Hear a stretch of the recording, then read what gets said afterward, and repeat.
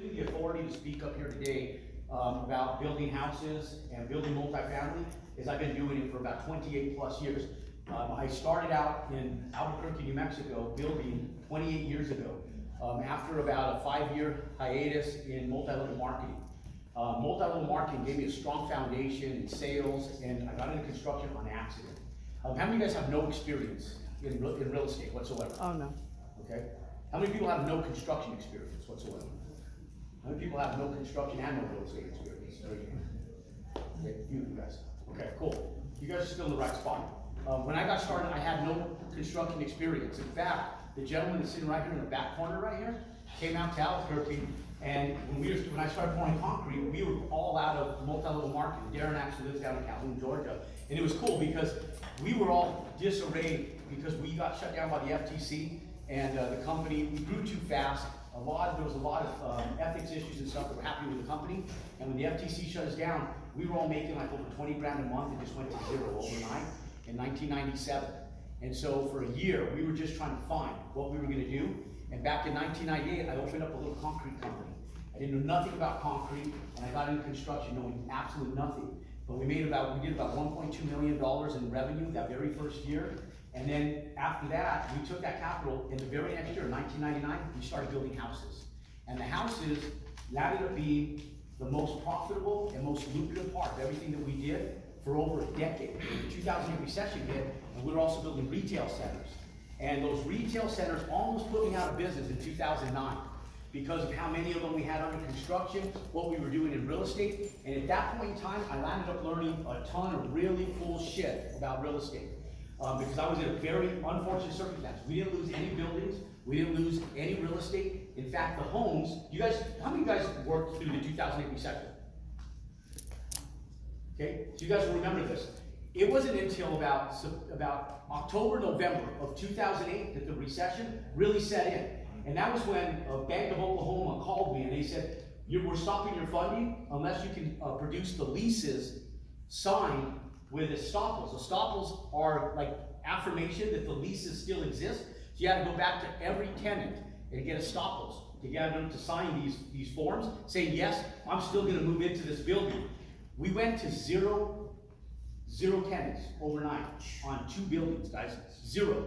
We had a tire shop that was supposed to go in there. We had a little grocery store that was supposed to go into one of our buildings. We had a Great Clips that was supposed to go in. We had a Subway store supposed to go in. We went to 0 tenants, guys, overnight. We couldn't get any estoppel signed.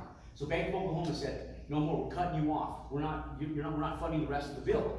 So we were about $300,000 short. Thank God we were almost done. So I just funded it to get the building done. We had another project that we were doing that we had just finished. Thank God we had finished that one. And that one went to 0. We had no tenants in it. And then we had another building that we were going to do. It was 38,000 square feet. It was a little $8 million bill that we were doing back then.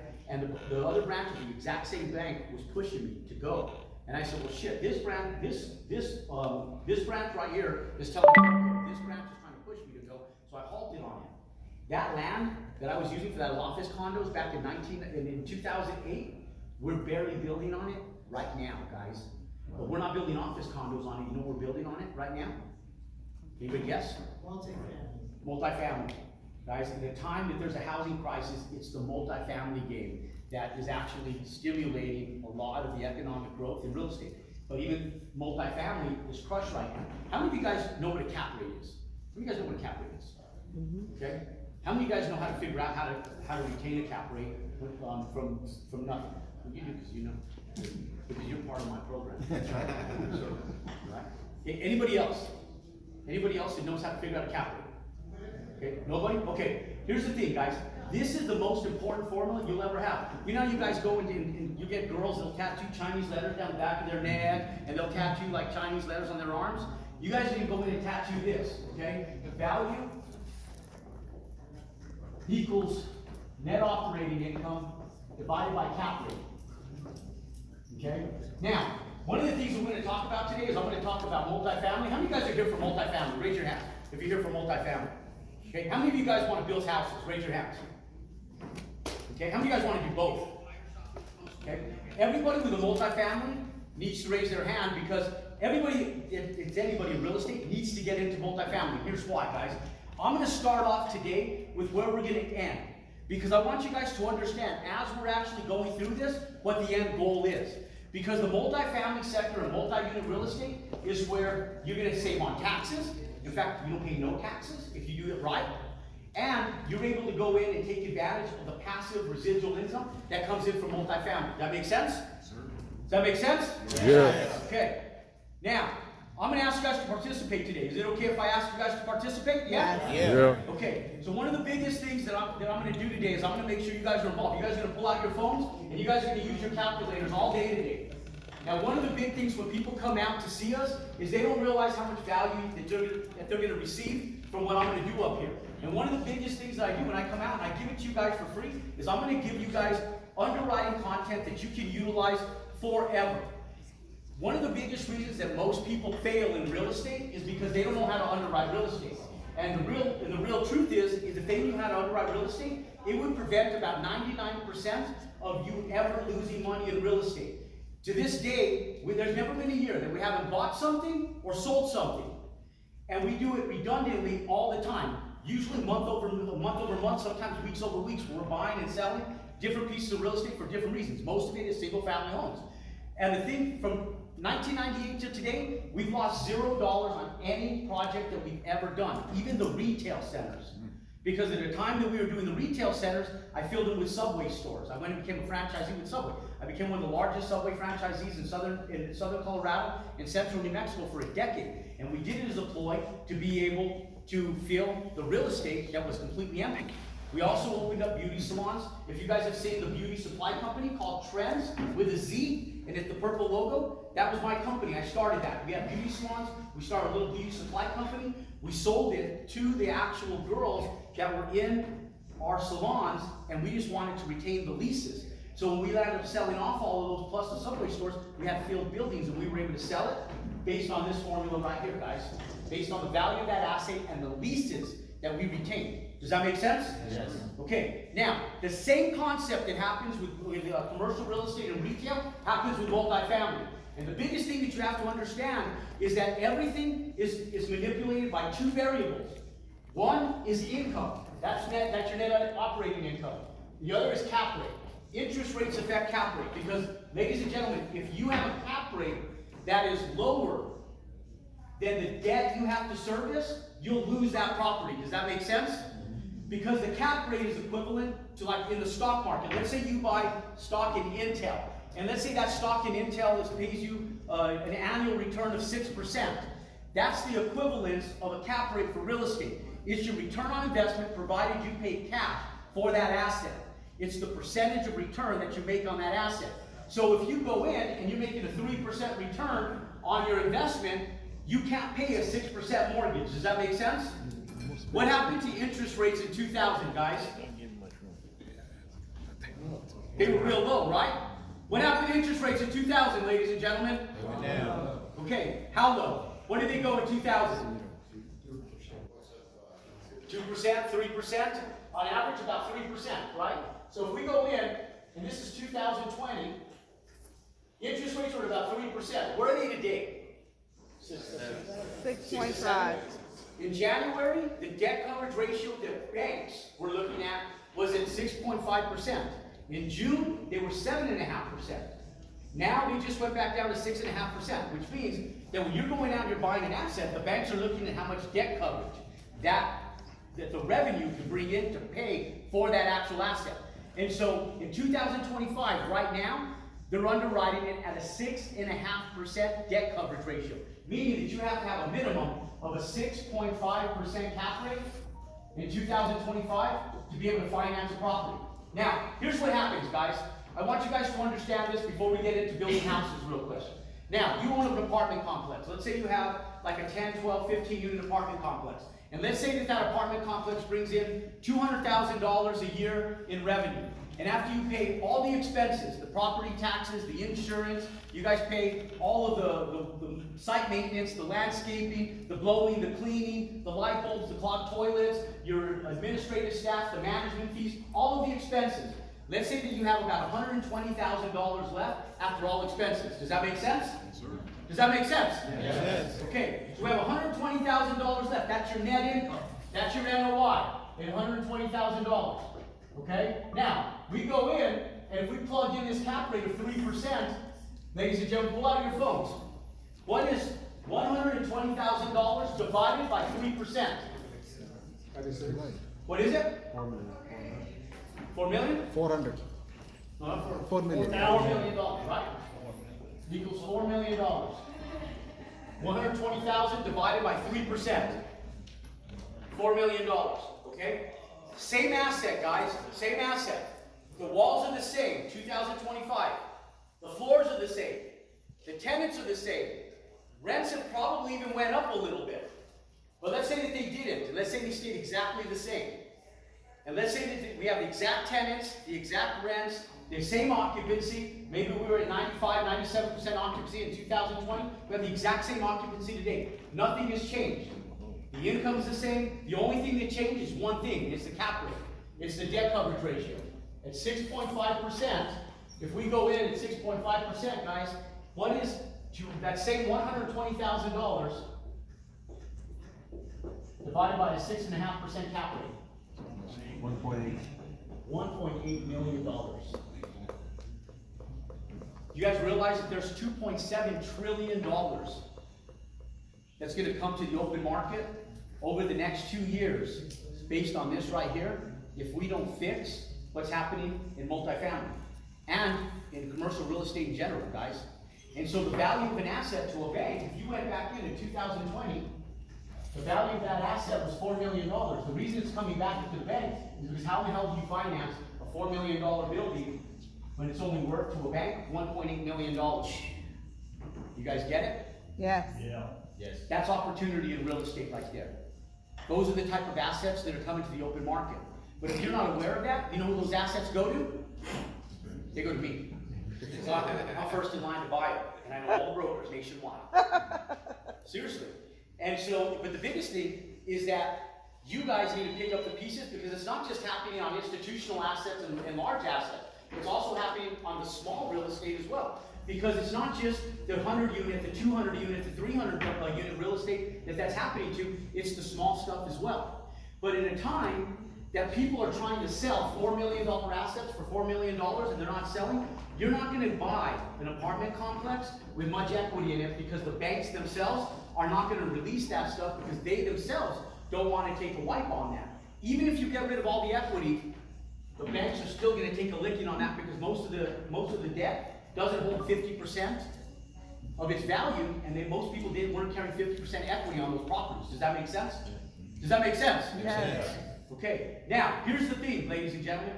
What if you guys understood how to underwrite and build these assets, where you could underwrite the cost to build and the value of the asset before you got started? How many people would love that opportunity to be able to do so? Yes. Yeah? Yes. Okay, and that's why you're here today. You guys see what you guys' goal is right here? You see this goal right here? This is you guys' goal right here. Miami on September 27th and 28th. That's the reason you guys are here today. You guys are going to come, you guys are going to learn. But there's only so much I can give you guys in about an hour and a half. We're going to underwrite residential real estate, and we're also going to underwrite multifamily real estate, but I can only give you so much of the underwriting in such a condensed amount of time. So what I do, guys, is I put these workshops together, and I only have the time to do 2 or 3 of these a year. And the only weekend that I have available to do this because of my son is because he has football games every single weekend, is that weekend. That's his bye weekend. It's the only weekend that I'm available. I won't do them any further out. In 2025, there'll be 0 other underwriting workshops. Our underwriting workshop in Miami on September 27th and 28th was going to give you the ability to get money, and it's going to be able to help you understand banking and lending. Does that make sense? Makes sense. Okay, you guys ready to get into the residential part of this? Yeah? Yeah. You guys ready? Yeah? Yeah. Come on, guys, one more time. Who's ready to get into the underwriting for residential? Yeah. Yeah. Let's go. Okay, now, ladies and gentlemen, when we go in, go ahead and take a picture of that. You guys are going to need that. That's your next tattoo. Value equals NOI divided by cap rate. Get that shit on your arm. Okay? Now, ladies and gentlemen, I'm not going to pretend to be anybody I'm not. I don't have to anymore. I'm up here for you guys. We built this social platform. It happened on accident, okay? And I'm gonna ask you guys for your permission for me just to be me. You'll probably hear a little bit of profanity up here. I'm not gonna feel bad about doing it. If you don't like profanity, you can leave. I'm just gonna be me. And it's just the Jerome that Jerome's always been. I think I've earned that over the course of my life. I don't have anything more to prove to you guys. I'm already doing what I'm doing, and I'm already set in the path that I'm taking. Do I have your guys' permission to be myself? Yeah? Yeah. Okay? Cool. Because a few cuss words will come out. I'm going to try some derogatory jokes, and if that's okay with you guys, I'm going to continue doing it myself. Be you. Okay, thank you. All right. Now, here's the thing, guys. When we go in and we're looking at multifamily, it all starts with being able to have a little bit of capital. And the biggest thing is positioning yourself to be able to have capital that you can utilize for equity. Now, when we come in, how many of you guys would love to be able to go out and build a house and generate strong 6 figures on every single unit that you build? Everybody, yeah? Well, it happens with a specific business model. What I want you guys to understand is that the business model that we utilize, I created it on accident, guys. I didn't do this on purpose. In fact, when I did this business model, I did it at a time that I was broke. And at a time where this business model I created truly for myself, not for you guys. This is the same business model that I've been utilizing for 28 years, and it's the same business model that I teach my kids. Does that make sense? Makes sense. And so one of the biggest things is understanding what demographics we're hitting. So there's 74% of the population, and these are the median buyers. Okay? These median buyers, we don't focus on them. Those are the DR Hortons of the world. Those are the Pulte, the Centex homes, the Lennar homes. Those are the big LGI builders. Those guys are building for the median. Does that make sense? Yeah. And they're building in volume. How many of you guys do fix and flips in here? Raise your hands. Okay. Now, I did fix and flips back when we were doing a large quantity of homes every single year. I don't do fix and flips because it's like playing Russian roulette. Right. And you fix and flip. Right. You guys tell me if it's the truth or not. You get a gun. You put one bullet in the chamber, right? You hit that. You hit the what's it called, the tumbler. You hit the revolver on there, and you tumble the bullet, and you just hope that fix and flip, you don't blow your brains out with it because you don't know if you're going to make money on it, right? You're trying to rush through it to make sure that you have enough time to get through it before the inspectors show up, and then all of a sudden, and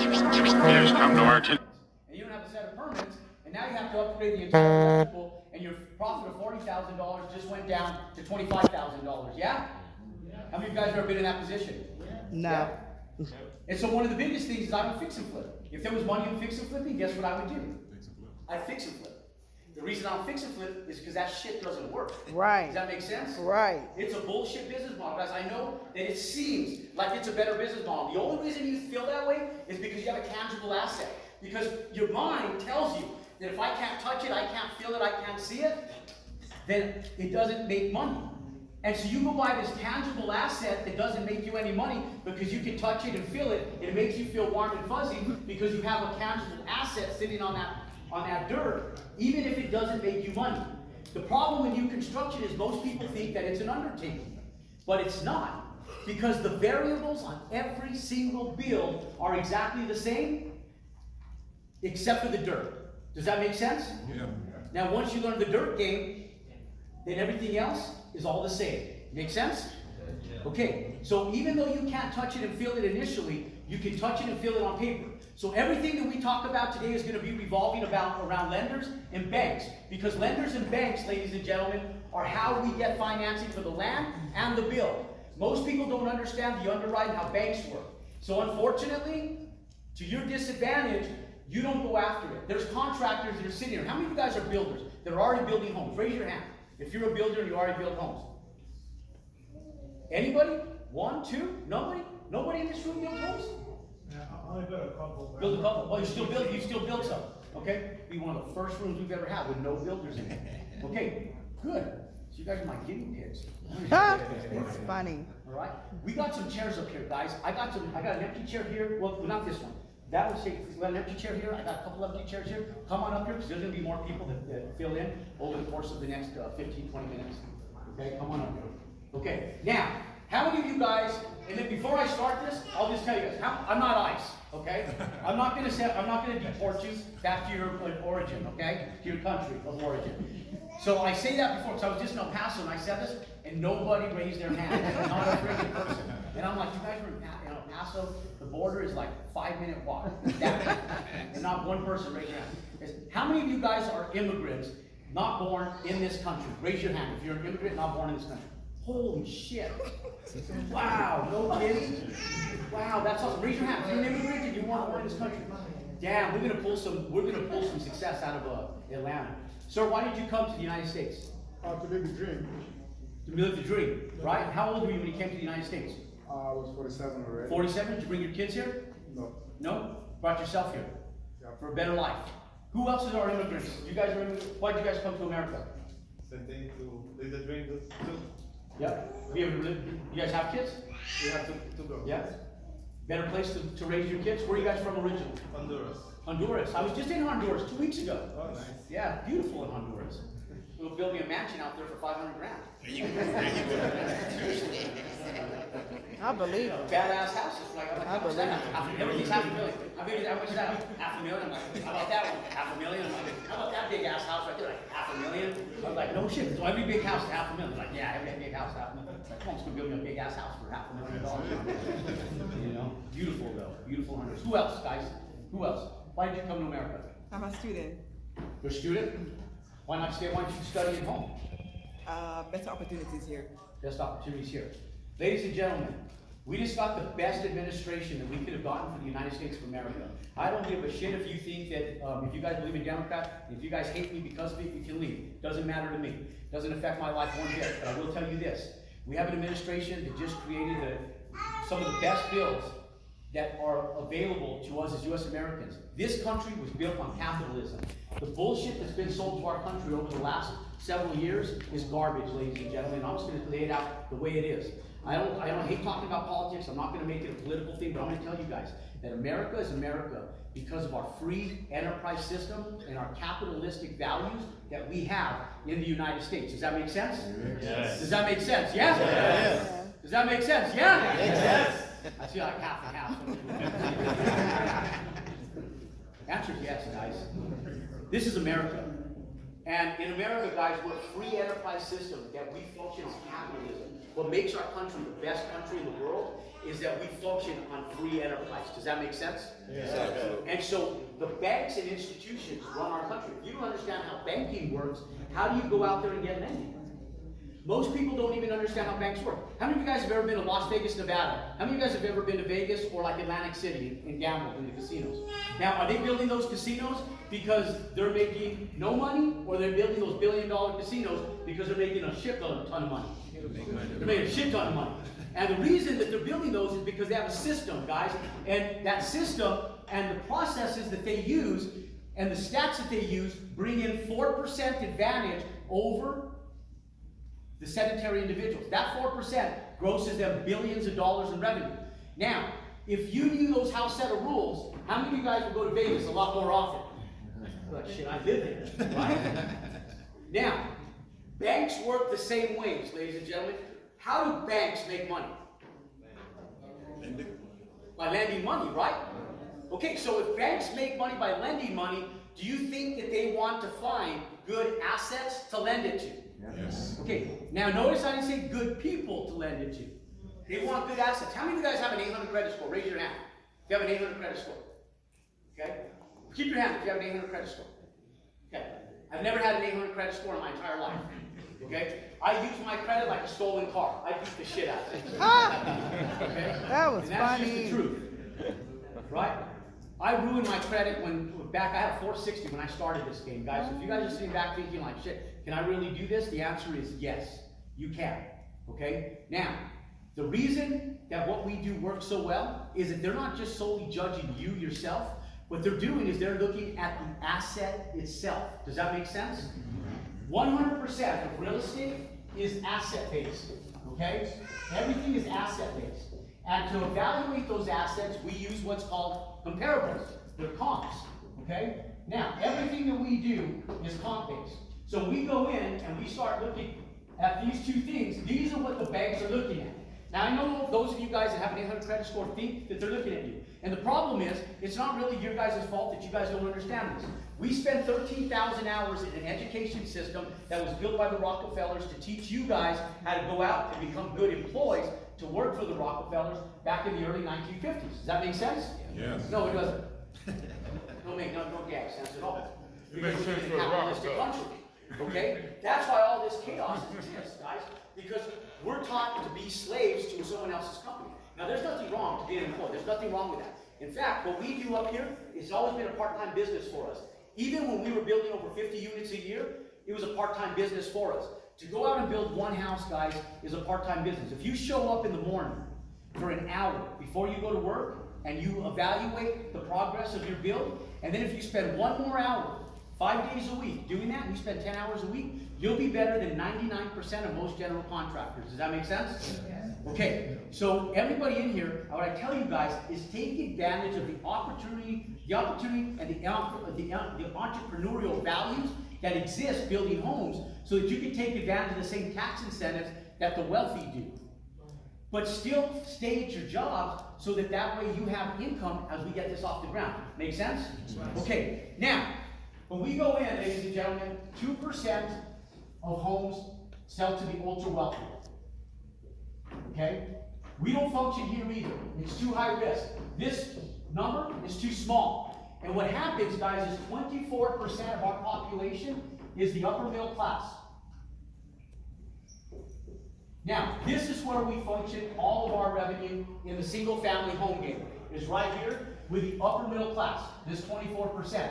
It's large enough and it gives you enough bandwidth where you have a lot of affluency, and when there's market compression, you don't get affected like you do right up here. These are, when you see the news, when you see CNBC, CBS, NBC, when you see the news stats that are coming out on those news stations and there's market compression, they're talking about these guys right there.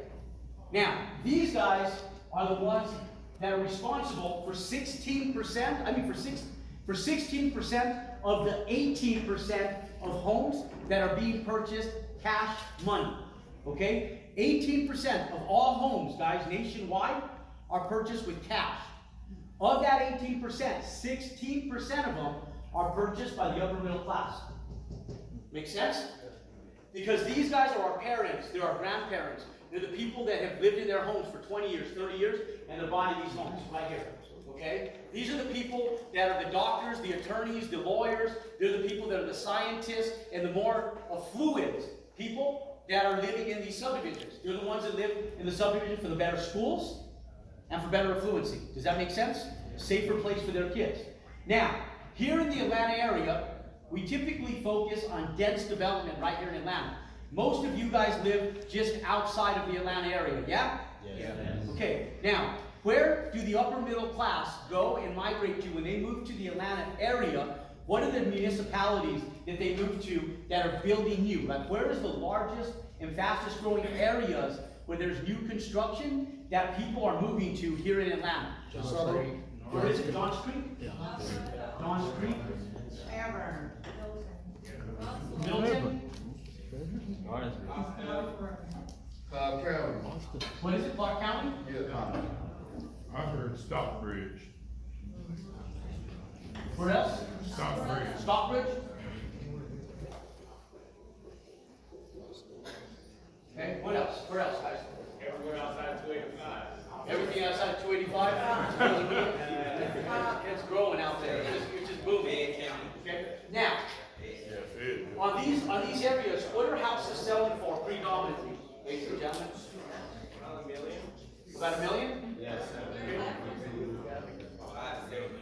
No, that's not upper middle class, guys. 420 is middle class. They're right around there. Okay? Where are the 800, 900,000 $1 million homes being built? Peachtree City, 20. Yeah. Peachtree City? Tyrone.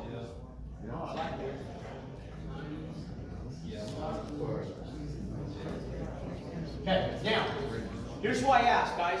When we go in, I need you guys to understand something, okay? Let's say these are all $1 million homes, okay? 900,000. How many of you guys feel intimidated to go out and take on like an $850,000, $900,000 project? How many of you guys feel intimidated by that? How many of you guys feel like it would be much safer to take down like a $450,000 project to get started? How many of you guys feel like that would be better for you? Okay? All right. I'm going to ask you that same question here in about 30 minutes, okay? Okay, I'm going to ask that exact same question. How many people in here would go in and build this if you knew you had a better profit, better opportunity? Okay? Yeah. Right? Okay, so here's how this works, guys. One of the things you have to understand about land, and I'm going to explain this first because I always have one heckler in the audience as a broker that thinks they know better than I do. They don't know shit, but I just I kind of humor them because I've been doing this for so long. Land, guys, land is never more than 15 to 20% of the overall resale value of the house, okay? You never, this is the rule right here, guys. You never pay more than 15 to 20% for the actual land, okay? So when you go in, ladies and gentlemen, that is your requirement. Does that make sense? Yes. So it doesn't matter, like, I always ask, I'll go like this, how much does land cost in this area? I'll get everything from $100,000 to $500,000. Then I'll get one person that gets stuck on $500,000. I'll be like, not every piece of land is worth $500,000, okay? There's land in every area that's more and less, right? Like I have my camera guy, Alec, has been behind the camera for me for the last 7 years, guys. This kid was in his young 20s when he started. He's 29 years old now. He has 2 kids and a father. The other day in my house when we were recording, I was doing this video. I was thinking about my brother-in-law, who over the course of time, I've known my brother-in-law for 27 years, and he's built 5 houses, guys, in 27 years. One thing I know about this audience is the vast majority of you guys aren't here to get wealthy. Most of you guys know that getting wealthy isn't even really your goal. But how many of you guys are really here just for a better quality of life? Raise your hand. Can a couple $100,000 a year give your life a better quality? Yeah? Because my goals aren't your goals. So most people in here don't want to be a Jerome Maldonado. You guys don't, most people don't want to go through the shit that I went through to get to where I'm at. Okay? And that's just the truth of it. And they're not willing to. But you know what they can do? I turned to Alec one day and I said, you know what, bro? I go, Alec, why the fuck aren't you building a house? I told him like that. And he goes, I don't know. He goes, I've been thinking about it. And I said, how much do you owe on your house right now? And he goes, $305,000. And I said, how much did you pay for your house? And he goes, I paid $380,000. I said, you had it for about 3 years? He goes, yeah. And I go, if you go in, the house is probably worth $400,000, right? I said, you're about $100,000 in equity, give or take? And he said, yeah, probably about that. And I said, what if we just paid that house off in the next 12 months? I said, how would you be doing with your family? He goes, I'd be doing good. I said, you know, my brother-in-law, and I told him this story. I said, my brother-in-law, he's done 5 homes over the course of the time that I've known him. They've never had a mortgage payment in 20 years, and they live the same lifestyle that we do pretty much. They travel with their kids, they take them to sports all over the world. You know, to do soccer and basketball and everything else. And they just don't have the bills that the average person has. So when you think about this from like an owner-built perspective and just a quality of life perspective, and you take all the wealth out of it, because most people can't even envision being millionaires for the most part, and some people can. For those that can and want to scale this, take advantage of it. For those of you guys that are looking at this from a lifestyle perspective, you're in the right place. Because I told Alec, I said, hey bro, why don't we just go in and why don't you find some land, and if you find land in this given area and you find 2 lots, I'll go ahead and I'll buy by you. And I'll build a house right by you, and let's get you building a house. And that first house, we underwrote it at about a $270,000 profit. And you guys will see how in here just a little bit. And he just went out and executed, guys. He didn't even ask any questions. You know why? Because he's been behind the camera for the last 7 years. Does that make sense? And so I didn't have to tell him anything. He came with these lots. And we went out, we put offers on 3 lots, guys, on 3 lots. And we only got one of them tied up. One of them, the broker was a friggin' dipshit. It had been on the lot been for sale for 390 days. And I asked the broker, why would you sold it? And he didn't say, because I have cranial-anial inversion. You know what cranial-anial inversion is? That means you have your head so far up your ass you can't smell air. Okay? So the broker had cranial-anial inversion. He had his head up his ass. And we couldn't buy one of the lots. The other lot was just overpriced, couldn't come off of it. So we just said, you know what, we'll tie up this lot. I went back out. 3 offers, guys. 3 offers. One Saturday morning, I told him, you put the lots, you ping me with the addresses. My wife and I will go eat breakfast at one of the restaurants in this small municipality, and we'll just swing by there. It took us 15 minutes to look at 3 lots, guys. I drove by all three, I got out, I looked at the views, I said, cool, this lot's good, this one's good, but not as good, and this lot sucks. And then we went out to breakfast. I put in offers that next day, and then we went back, we put in 3 more offers a week later, because we needed 1 more lot. Okay? I want you guys to follow this story here. I didn't go in and search for a lot and put in 1 bullshit offer, guys. And here's why. Because how much is land in any of these areas, guys, give or take? 100K an acre? About 100K an acre? To 200? Okay? Now, when we go in, how much are the houses selling for predominantly in some of these areas? $1 million and up. $1 million and up? Okay, let's take a look. Okay? And the reason I'm going through this in so much depth, guys, is I'm teaching you guys through these stories. Do you guys understand what I'm talking about here? Do you guys understand how I'm teaching you through these stories? Because you're going to go through the same shit that I'm talking about as I'm telling you. Does that make sense? Yeah. And so the biggest thing is putting yourself in a position where you listen to my stories, because that story is going to become very relevant as you get out there and start doing this. Now, Alec doesn't have $100,000 and $200,000. The lots are all listed for $200,000 in this area, guys. They're all $200,000 lots, okay? Now, we didn't pay $200,000 for them, okay? So I want you guys to follow the story here. These lots are going to be valued at this percentage right here, okay? So let's take a look at it. Let's go in and see what these houses are selling for right here in the area, okay? So we go in, $1 million homes for sale in Middleton, Georgia. No, Milton. Milton. Milton. $1 million homes for sale in Milton, Georgia. Okay, so let's go into like Redfin or Zillow. Let's go into like Zillow to see these houses. Pretty nice. $15 million homes, $12 million estates, $9 million, $8 million. That's a great rate. Medium income's like 160 there. Yeah, that's like what we're doing up in Kirkland, Washington. We're selling 1,500 square foot homes in Kirkland for $1.2 million. 1.4 or 1.5. Okay. Okay. This area is real low. Now, before we go into this, guys, I want you guys to understand this right here. You want to stay between about $700,000 to about 1.5 million. Okay. You want to stay right in here. Okay, now, before we move on, how many of you guys can afford to build a $900,000 house? I want everybody to go like this. I want you all to go like this. Even if you think you can't, I want you to go like this. How many of you guys can build a $900,000 house and afford to do so? Go like this. Yeah, I want to see your hands. Yeah, I want to see your hands. Going yes. Okay, we got to break limited beliefs here, guys. We got to break the bullshit. Okay? Yes, you can. The problem is, you guys were never taught anything more than conforming lending. That's the lending that you go out and retain when you go out and buy a house for yourself. They're looking at debt to income ratio. They're sitting back and looking at your finances. They're looking at your credit report. They're looking at that stuff. This is investment lending. Okay? What they're looking at is this and this right here. Okay? When I went out and built my first $60 million apartment complex, I didn't think I was capable of doing it either. I found out really quick that I was more qualified than the vast majority of their applicants, and I wasted a shit ton of time because I didn't know this. Does that make sense? And so understand, ladies and gentlemen, that every single person in here is capable of building a $900,000 house, provided you understand how banking works. Make sense? Yes. Okay, now, when we go in, ladies and gentlemen, let's say that we go into one of these areas. We find one that's a little bit more focused, a little bit more within the business model that we're looking for. $900,000 to $1.2 million homes in Peachtree, Georgia. Okay, Peachtree, Georgia. Okay, this is more like it. Okay, we have a $998,000 home. That's 2,300 square feet. So 2,300.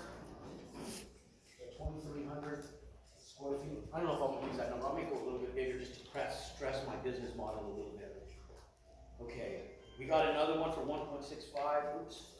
1.65. That one's 4,000 square feet. That's a little too big. We don't want to get in there. What we do, guys, is we go in and we build homes between 1,700 square feet to 3,500 square feet. Okay? That's abbreviation for square feet. The reason we stay here is that keeps you recession proof. Because if you build what people need, not what they want, it keeps you from going bankrupt at a time when there's a market compression. There's a lot of affluency here in Georgia. There is no lack of money here in Georgia.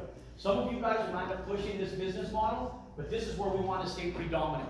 Why? Because this will keep you from ever going bankrupt. In 2008, ladies and gentlemen, at the time I was telling you guys was the most stressful time that I went through. We went in 2009, and we sold off 50 homes, and we fire sold them, super cheap. And I thought we had made $0 on it. Now, my dad did my accounting, because my dad was an accountant for 32 years. He worked with me for 20. And when my dad came to me in January of 2010, he was doing our W-9s, and he was going in and doing our W-2s for our employees and our subcontractors. He said, and he was doing all our data entry for the year. He came to me and he said, Jerome, I hope you have some money set aside for taxes this year. You have a bill coming in at about $800,000 in federal income taxes. And I said, Dad, there's no freaking way I didn't make no money last year. And I felt like I did it because I was throwing money away at $100,000 a month, throwing it at payments in what I call trash can money, because we were making payments on these retail centers that were all empty. Because it wasn't just the 2 that I was building. I had 11 other retail centers that I owned that we lost tenants in. So we were just throwing about $100,000 a month away in payments on these buildings. So to me, all my money that I made went to pay to the finance payments on these buildings. And I was throwing money away at a rate of 6 figures a month. So I told my dad, there's no way, we made no money last year. And he goes, no, you did. You made money in every single house. I said, no way. I said, it's not possible. We audited the books, and the lowest we made on any of those 50 homes was $48,000 on one home. The second lowest profitability we made was on the second home, $52,000. Ladies and gentlemen, every other house, we made close to $70,000 or more on every single house. At a time when Lehman Brothers collapsed, and it was what? A housing crisis. Yeah? It was the #1 worst housing crisis that we've ever had in America, yet we made money friggin' selling houses. So in February of 2010, I called all my subcontractors and I said, you know what? We're gonna continue building, guys. We're just gonna do it a little bit different. You're not gonna tell me what you can, you're not gonna bid the projects, I'm gonna tell you what I can afford. And then you can tell me if you can do it for that or not. If you can, no problem. I said, but I'm gonna keep all your families fed, I'm gonna keep you fed, and we're gonna keep the business going. None of us are gonna make what we were making, but we're gonna keep building houses. And we kept doing this, guys. This is what we kept doing, right here. Okay? At that time, the median home was about, not the upper median home was about $500,000 at that time. The median home was like at $180,000 at that time. So we kept building $450,000 to $500,000 homes during that recession. That was this, what this is now. Today, make sense? Yes. Okay, now, when we go in and we look at these, we have a $1.15 million home, 1240 Haines Street in Peachtree City. That house is 2,600 square feet, 2,660 on that house, okay? So if we divide that square footage, and we do 2,660, you guys pull out your calculators, so I don't have to lose my page here. Yeah. Do $1,150,000 divided by 2,660 square feet.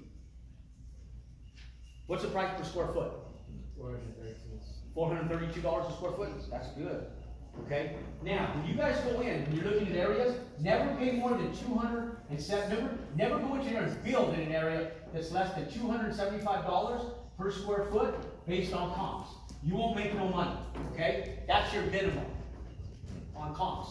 Okay. Now, if you stay there, once you get to $300 a square foot plus, this is where it really gets fun. This is where you really make some money, guys. Right here. They're over $300 a square foot. Okay? Now, when we go in, there's $995,000. This is a little bit more realistic. There's a brand new home at 125 North Cove Drive in Peachtree. Put this in your calculators. $995,000, 2,681 square feet. Price per square foot. What is it? 300 and what? 371? Okay. So let's stress my business model, guys. Let's say that houses are only selling for $320 a square foot. Can we do that? Let's go with $320 a square foot. And I'm going to put as much stress on my business model as possible. So we're going to say that if we have, let's say that this area is closer to about 2,600 square feet. So let's do 2,600 square foot home times our build cost. Now, we're going to times, this is going to be times $320 a square foot. Okay, this is our resale price. What is that price? 2,600 times 320. What is that? 832,000. 832? Okay, $832,000, okay? That's our resale price. Okay, follow what I'm doing here, guys. This is your business model. This is what we've been doing for over 28 years. So when we go in, guys, this is the price the house is gonna sell for. Okay, now, according to the National Association of Home Builders, the average price per square foot that it costs to build a house is $141 a square foot nationwide. Now, we're building a lot nicer home than that. You can't build a house and sell it for $320 a square foot at $141 a square foot. It's gonna cost you more. If you guys look at some of the houses that we're building, I'll show you like Kirkland, Washington. Let me give you guys an address up in Kirkland, Washington. We just finished this community back in November, and let me go in and just give you an address. We're building at a little bit higher price per square foot up in Kirkland, but I'll show you the quality of what we're building, okay? Let me give you the address. I have a list of them here. Got too many of them up there. I want you guys to look at this. I want you guys to look at the quality that we're building and the price per square foot that we're doing it at, okay? That way you guys understand what you guys will be building. Okay, now, let's go in. Okay. Google 8209. I'll put it right here. 8209 Northeast. 8209 Northeast 124th. 24th Street. And that's, we have a bunch of units in there. So 8209 Northeast 124th Street. Google that one. And I'm going to put another one up here. You guys can Google this one later. You guys can just zoom in on your cameras to get it. Another one that we sold in Albuquerque. An entirely different market, guys. An entirely different market. Okay? We go in, and this one was in a town, municipality called Placitas. It's right out of Santa Fe, New Mexico. Still a very expensive place to live, because Santa Fe is one of the most expensive places in the nation. They call this the Port Santa Fe. 301 New Mexico for NM for New Mexico. 165, okay? So there's two addresses here, okay? Google this one right here, and Google this one. This one's in Kirkland. That's And this one right here is in Placitas. Kirkland? Kirkland, Washington. It's right out of Seattle. It's 10 minutes from downtown Seattle. What's that? The zip code is 9034? Yeah, probably. I have no idea. I can't even remember the damn addresses all across. There's less than zip code between them. There's no street with Placitas? That is the street. It's 301 New Mexico 165. It's New Mexico Highway 165. Nice, that's Okay. it. Well, you sold. Yeah, that's sold. telling you. That's a real price. That's what he sold Those are real for. prices. Those are real ones. I mean, I have two houses that we're getting ready to list. My assistant was supposed to list them before I came here, so that you guys can see the ones that we just finished, but she didn't. She slept on me. So you guys can't see the brand new. These ones are just a few months ago. I got a Okay? question. That makes sense? Is it a multi-family home? No, those are in Kirkland, Washington. They're cottage communities. So we would buy houses, we'd rip them down. We buy homes for $800 to $1 million. We'd level them or donate the house, and then we go in and put 4 to 6 homes on every single lot, depending on the size of the lot. It's called the condo code. It's what you would do right here in Atlanta. Because here in Atlanta, there's no land, guys, in the city. So everything that's being built here is being built vertical. Everything is 3-story lofts. So isn't it right here in Atlanta? That's where the profit is. And so you go in, you're going to build in Atlanta, you're going to build vertical and dense. Kirkland, there's no more land. It's right around Lake Washington, and there's no more land. So we have to literally go in, and the way I found that land is I went and knocked on doors. When we started our community up there, Ramez told me, he goes, Jerome, I go, I'll only come over here and build if we do 20 units or more, because otherwise it's not worth my time. If I can't come in and make so much money, I was like, why even do it here? And I said, we need 20. He goes, well, there's one problem. There's no land. I said, well, where do you get the land then? And he goes, we have to buy the houses. And I said, cool. And I go, let's knock on doors. Right. And I went and knocked on freaking doors. Hard and for them he goes, to which knock houses? I down. said, every fucking house. And I literally went to every fucking house. I knocked doors. People were making dinner. They had their kids crying.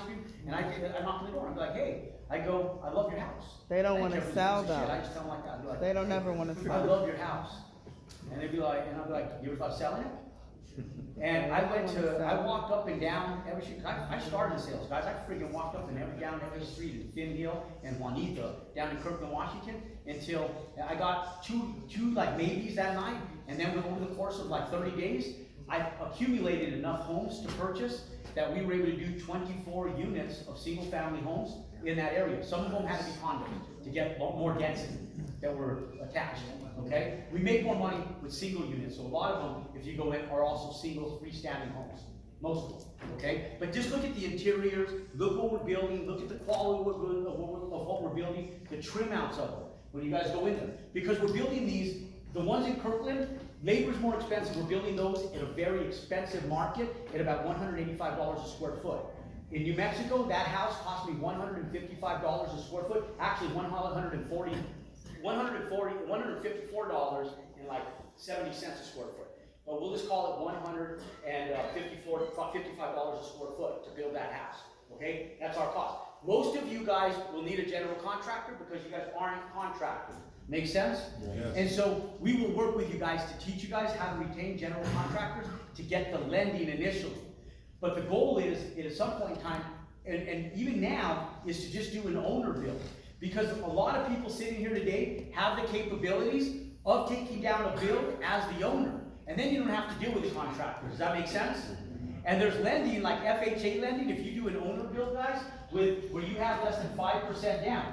Now, when you go in, guys, none of you guys in here have to look at this right now. And I'm going to show you why here in just a second. How many of you guys would love the bank to pay for the land for you? Okay? Because if we go in, if we take, let's say that we're right in the middle of this, and we pay 17.5% for the land. Shit, let's just say we pay 20% for the land. So if we take $832,000 multiplied by 20%, how much is the land? What's the land price? 160, 166? What is it? 166, 400. 166? Okay, so the land price, let's say the land price is $166,000. Now, when you go into this area, guys, we don't pay more than 20% of the value of the home for the land. It doesn't matter what it's listed for. Remember that story I was telling you guys about Alec? Every lot in there was listed for $200,000. A couple of them have been reduced to $185. Okay? First one, we tied up at $170. Okay? Went in, negotiated, we tied it up at $170. The second lot, you have to listen to the story of the people. We called the broker, he sent me out to 3 more lots a week later. Okay? You guys okay if I finish this story? Yeah. Okay. A week later, one of the lots was horrible. 2 of the lots were good. I put in offers on all 3. So now we put in offers on 6 lots in less than a week. Make sense?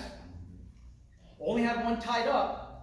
Then we negotiated. I put the offer in for $140,000 because they told me that the owner died, the daughter inherited it, she lived across town, didn't know nothing about real estate, didn't know nothing about the lot, she just didn't know what to do with it, she didn't know how to get rid of it, she didn't know nothing about it. So I listened to the story, and I was like, cool, I know what you can do, you can sell it to me for $140,000. You know? And the lot was probably the nicest of all of them. And we went in, they had it listed at $185 because they wanted to get rid of it. That was a good price. We offered them $140. They came back at $175. I went back at $150. And I said, and then they came back at like $170. And I came back at $150 again. And I put best and final. And I would put another offer back in if they wanted to take it in, because it's never best and final, but that was best and final. And I was willing to go up to $170. And they go, okay, but you have to pay for the survey. We need a topo anyways. So I was like, okay, $400. $150, guys. Okay? So when I tell you guys this, you go in, and this lot right here is listed for $200,000, $180, $195. You keep going, and you don't put an offer in on 1 lot, not 2 lots, not 3 lots, maybe like 5, might be 6, might be 7 lots. And the best lot is going to come with the best price too, in so many ways. But you have to keep digging. Does that make sense? Mm-hmm. And digging doesn't take very long unless you're scared shitless. And most of you guys are just scared because you've never done this before. And you're sitting back going, what if they accept my offer? They ain't gonna accept your offer with perfect terms. If you do, come let me know, because I'll buy the freaking lot.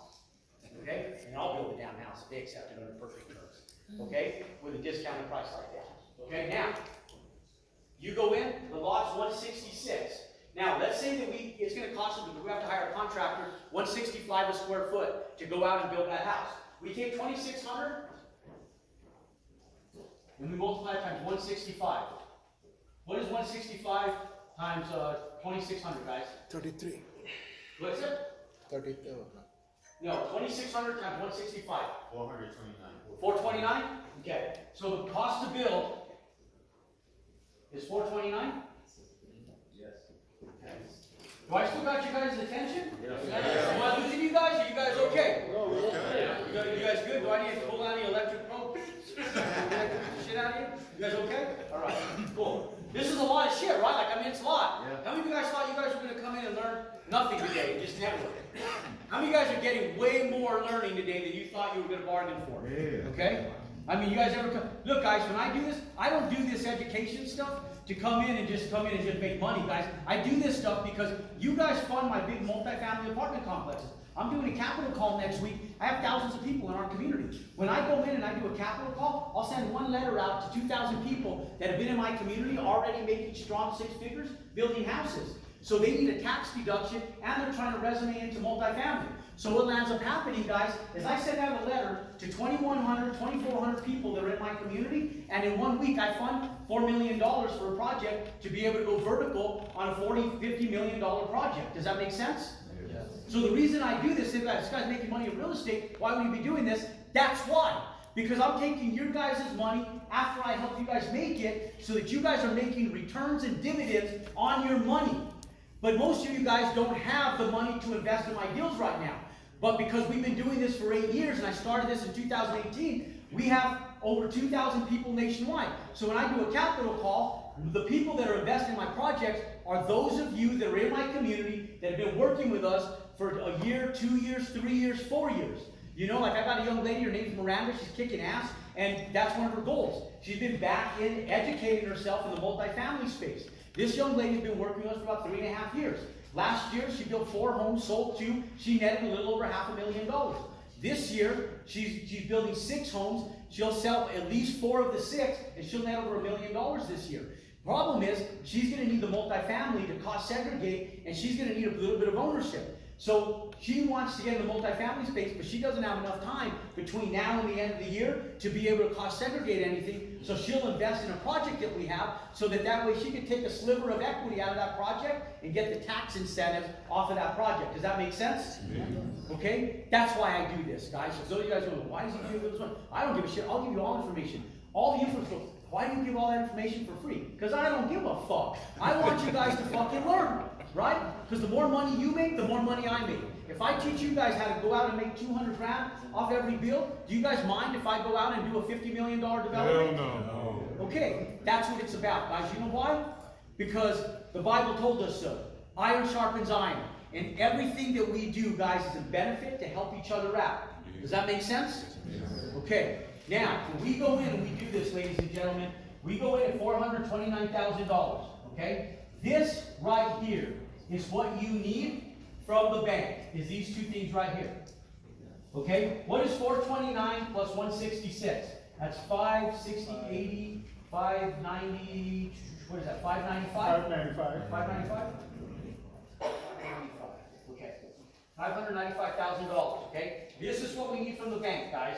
Now, we're going to have debt service on this. Now, our debt service on this is going to be someplace in the neighborhood of about $25,000 to $30,000. Okay? Now, we're also going to have closing costs. What is 6% of, what am I supposed to say? 832, guys. 832. What is 6% of $832,000? What is it? What's 6% of $832,000, guys? Come on, wake up. Help me out, guys. 50. 49.9. 49.9? Okay, so 50,000? Thank you, guys. Okay, 50,000. Okay? Now, if we add all of these up, what is the total here? We got 595 plus $80,000, so that's 675,000? 675? Yep. 675? $675,000. Okay? This is our total cost. Subtract that from 830,000. What is it? $157,000. Okay? That's your net out. That's a 6-month build, guys. How are you doing? Sir. What you're doing? You doing okay? Yep. On this build, guys, truth be told, like that house that you guys saw right there at 301 New Mexico 165, I made $298,000 net on that house. Now, I am the broker, so I only had 3%, 4% closing costs, and we only had and then I'm the general contractor, and we don't have a bill, so we do really good. We make about 300 grand plus on every house that we build in New Mexico. I make about $400,000 net on every house we build up in Kirkland, Washington. Does that make sense? I only build 2 or 3 homes a year. Most of what I build is multifamily. The only reason I did Kirkland, Washington, guys, is because of Ramez. Ramez still works for LinkedIn. He makes about $500,000 a year net. I'm not net, gross, on payroll, working for LinkedIn. He's one of their executives, but he's sharp as fuck. And that guy, I wanted to test him by doing some single family. Now we're gonna get ready to go vertical in downtown Seattle with a 50-unit apartment complex right in downtown Seattle, okay? And so I did it in lieu of testing him so that we can go in and build bigger shit together. Make sense? Yes, sir. Okay, now, so when we go in, guys, you really make closer to about $200,000 on this. I'm putting downward stress on my business model, okay? And what I'm doing, the reason I'm doing that is I want to show you guys the contrary. Now, here's how we underwrite this stuff, okay? I'm gonna get rid of some of this up here. You guys got this written down up here? You guys got all that written down? Yeah. Okay. Now, how many of you guys want to learn how the banks pay for this for us? How many of you guys want to learn that? Yeah. Yes, please. Okay. Right, I was gonna ask that. Okay. Because if you've never done one. Where's my bag? You know what I did pull out of my bag? Give me 1 second, guys. Let me get out of my bag real quick. I need to get you guys a spreadsheet. I got carried away with the spread. I get carried away with everything. My wife tells me, you can't do anything like a normal human being. Everything you do you're just extra. You do it too much. And that's just me. My kids tell me, Dad, you're just so extra. Everything you do is extra. That's the word in my house. I'm extra. Everything I do with intensity. I can't do anything without intensity. I break everything, an accident, so I do everything with intensity. Okay? But how you do one thing is how you do everything, right? Okay. Now, ladies and gentlemen, let me tell you guys something. This spreadsheet is gold, okay? And I'll tell you, this is an underwriting spreadsheet. You cannot get a bank loan without this spreadsheet, okay? When you go in for a loan, for a house or multifamily, you cannot get a loan unless you have this spreadsheet filled out. Does that make sense? Okay. Now, you guys will get electronic versions of this spreadsheet and hard copies in Miami, September 27th and 28th, every single person, okay? Because it's an underwriting workshop. We're going to go through this in depth. When we go in, guys, you're going to have 2 spreadsheets that you're going to do, okay? Now, these 2 spreadsheets, one of them is going to be the retail cost to build, and the other one's going to be your execution cost. Okay? The execution cost, we need at $595,000. $595,000. Okay? Everything from your entitlements, okay? Because in order to get this money right here, you have to entitle the property. So you have to go through what's called the process of entitlements. The first thing you're going to need is a survey. Okay? And the survey and a topographic survey. Okay? Number 2, you're going to need an architect. And then number 3, you're also going to need an engineer. You're going to need, okay, you're going to need a civil engineer, and you're going to need a structural engineer. This is going to cost you about $15,000. Okay? That's what it's going to cost you. That's what it's going to cost you guys to build a house. No down payment, none of that stuff, for $15K. Okay? Now, that $15K, we have bridge lenders, guys that can help you guys do that. It's $15K, about $15K to get all 3 of those things done. Okay? That's what it's going to take to get both permits. You're going to get permits and money. And that's all you're gonna need. That's all you need. Okay? That's all you need. And you need the right land, right? You need the right business model based on comps. Right here. You have to do it based on what the banks are looking at. The bank's looking at the asset. The asset is only worth this much if the market tells you it's worth that much. You're going to go in before the bank, you're going to do your homework. You're not going to hire your sister, your brother, your cousin, or some other dipshit realtor that needs a commission to do this stuff for you. You're going to find a realtor in that area that knows that area, dominates that area, and you can use that realtor because that realtor is going to give you the same comps that the appraisal is going to get from the bank when they go back to appraise the value of that home when you have a full set of architectural drawings. They have not shit to appraise without that right there. The way you get lending, that is your tangible asset, ladies and gentlemen. You know that fix and flip, that tangibility that you guys need? That is your tangibility right here. Without that, you can't get shit. The problem is that most of you guys will go to a bank before you have that. And you'll sit back and go, hey, I need a loan. I want to get a construction loan on a house. Can I get one? And they'll say, do you have a piece of land? You go, no. Do you have a set of prints? No. Do you have underwriting? No. And guess what the answer is? No. What the fuck are you building? What are you getting a loan on? Nothing. So the hardest thing you're going to have is to follow the process and be gullible enough to follow the process and trust the process, because the process works. Make sense?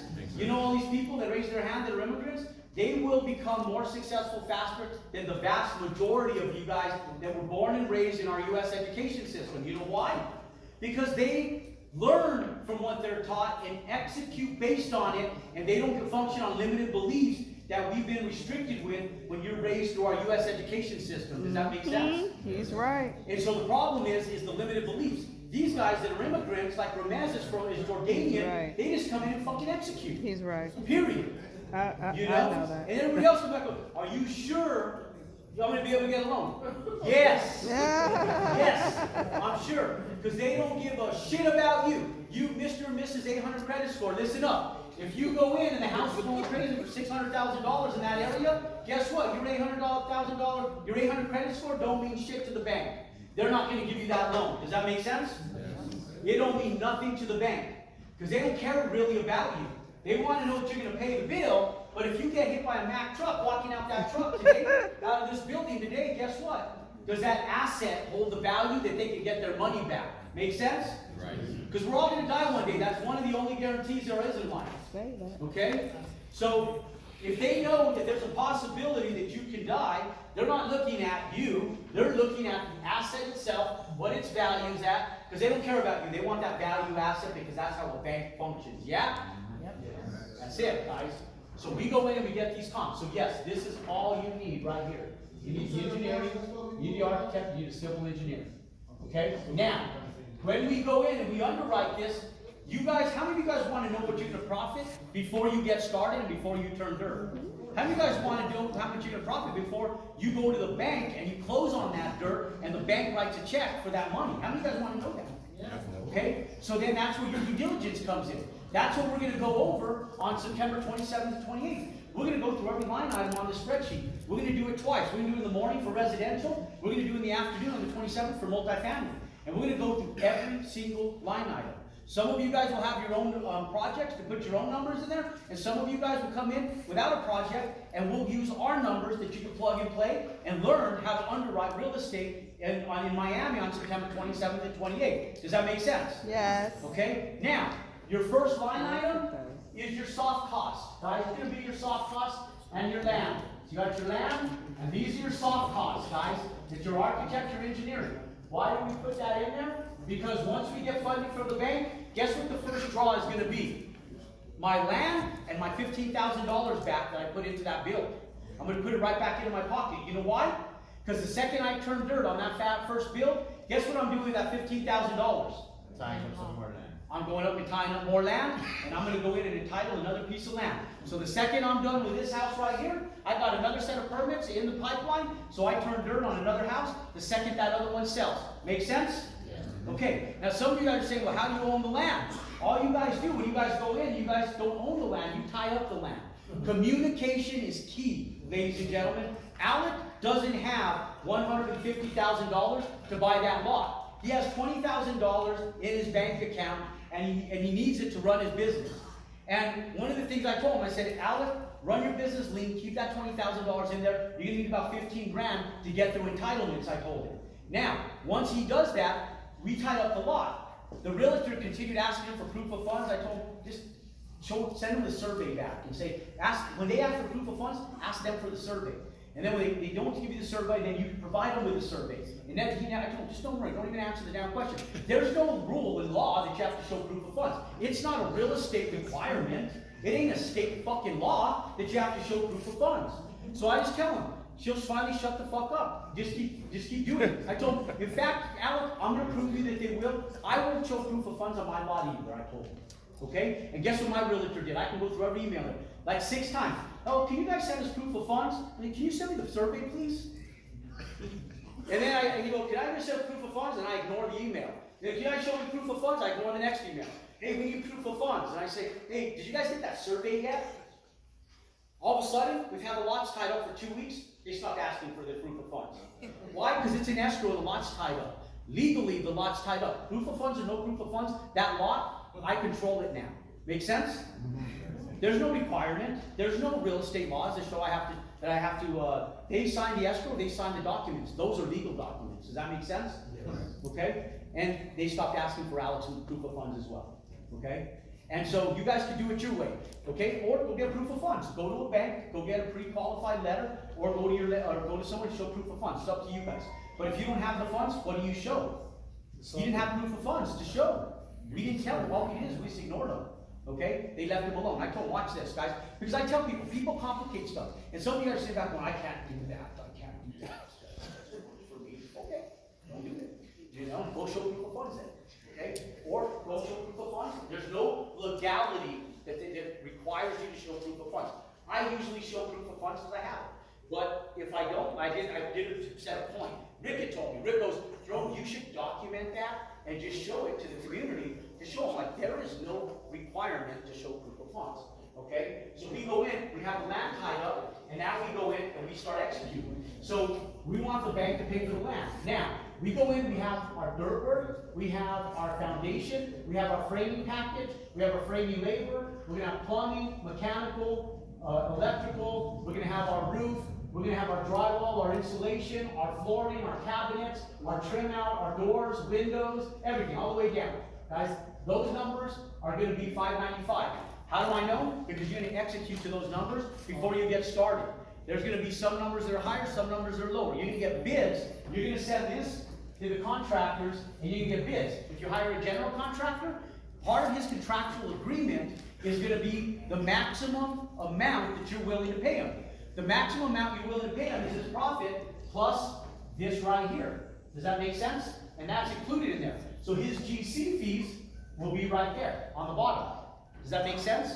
And you don't stop shopping this, and you don't stop value engineering till you hit that number. Okay? Because you're going to get some drywall numbers that are $30,000. You're going to get some drywall numbers that are $22,000.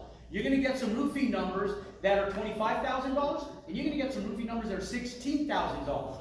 Because that's what I paid for my roofs on those homes, 16 grand. Just like on my multifamily. We were auditing our books, we were doing value engineering. I was getting roof prices for a 207,000 square foot apartment complex at $1.8 million, guys. You know how much I got the roof done for? $1.8 million. You know how much I got the roof done for, guys? $602,000. $602. You know why? That 4-inch insulation called out in there, I reduced it down to 1 inch. These guys are going in and pricing on commercial stuff. I knew how much these guys could do my residential stuff. All I did is got 4 residential crews, gave them the project, and I paid them all $4.50 a square foot. He went and bought himself a brand new Denali, the owner of that project. Shoot, and he lifted it up, jacked it up, put brand new rims on it. 2025 Ultimate. Bought himself a $100,000 truck. Okay, after he finished that roof. Okay, now, I thought it was a stupid purchase, but hey, it didn't my money. That can do it. That's why on the second day, we do our Build Wealth Day, we do a millionaire workshop. Okay, now this one, guys, we're going to underwrite this at $832,000. Okay? It's going to have the same line items. Nobody expects you to work for free, including the banks. No homeowner on this earth is walking into an $832,000 home for $595,000. Nobody. Make sense? There's not a person out there. So the bank doesn't expect you to either. So you're going to underwrite this at 832. You're going to have your soft costs, your land. You're going to have all of your same expenses that you have on the other spreadsheet, but this one's going to be marked up 15 to 20%. And you're going to have management fees down here, and you're going to have some development fees down here, and it's going to add up to $832,000. Okay? Now, if we go out and we get a conventional loan, not even an FHA loan at 5% down, and they only give us 80% of the value of that asset as an owner build, what is 80% of 832, guys? 595. 595? I don't know. What is it? What's 832 times 80%? 664. 664? 665? Okay, 665. This is what the bank is willing to give you. How much do you need? 595. What if they only give you 75%? What's 75% of that? What's 75% of 832,000? What is it? 624? Okay, so it's 75%, 624. That's 75%. Okay? Now, here's what's cool, guys. This is what the bank's willing to give you. Okay? The bank is collateralizing an $132 asset. They have $210,000 in equity in there. How are they doing if you default on that house upon completion of it? How are they doing? They have over $200,000 in equity, don't they? They're doing fine. Can they get their money back? Mr. and Mrs. 800 credit score, guess what? They don't give a shit about your credit. They care about that $200,000 in equity. Does that make sense? Okay, now listen, guys, here's the thing. When we go in and do this, how many of you guys are worried about the payments? The payments, okay? The payments are right here, guys. This is what's called interest reserve. That $30,000. You can go in and tell them, I want my proceed reduction, and I want to take care of that through what's called interest reserves. They're going to take a proceed reduction, this is your proceeds, and they're going to deduct the $30,000. They deduct the $30,000 even from the 75%, that's $595,000. How much do you need? 595. I've never worked out that perfect before. I just got lucky on that one. Never been perfect. Usually we have a little bit extra. That's my business model.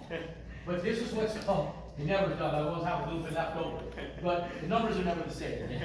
That's pretty damn close, right? So you take that $30,000 from the 624, you take it from here, you still have $635,000. You still have $635,000. They only give you 75%. You're able to go in and you're able to still build your house because this is what you need. Okay? And that's how you execute. That's how you get your land paid for. Okay, now, how many of you guys want to play it safe and do a 450 build? You guys have 5 more minutes in you? Sure. Sure? Yeah. Okay, all right. Let's play it safe. Let's do a $450,000 build. Okay? Fix and flippers, pay attention here. Okay? I'm going to leave all that here. I'm going to get rid of this stuff. I'm not going to spray it. Okay? Do that stuff.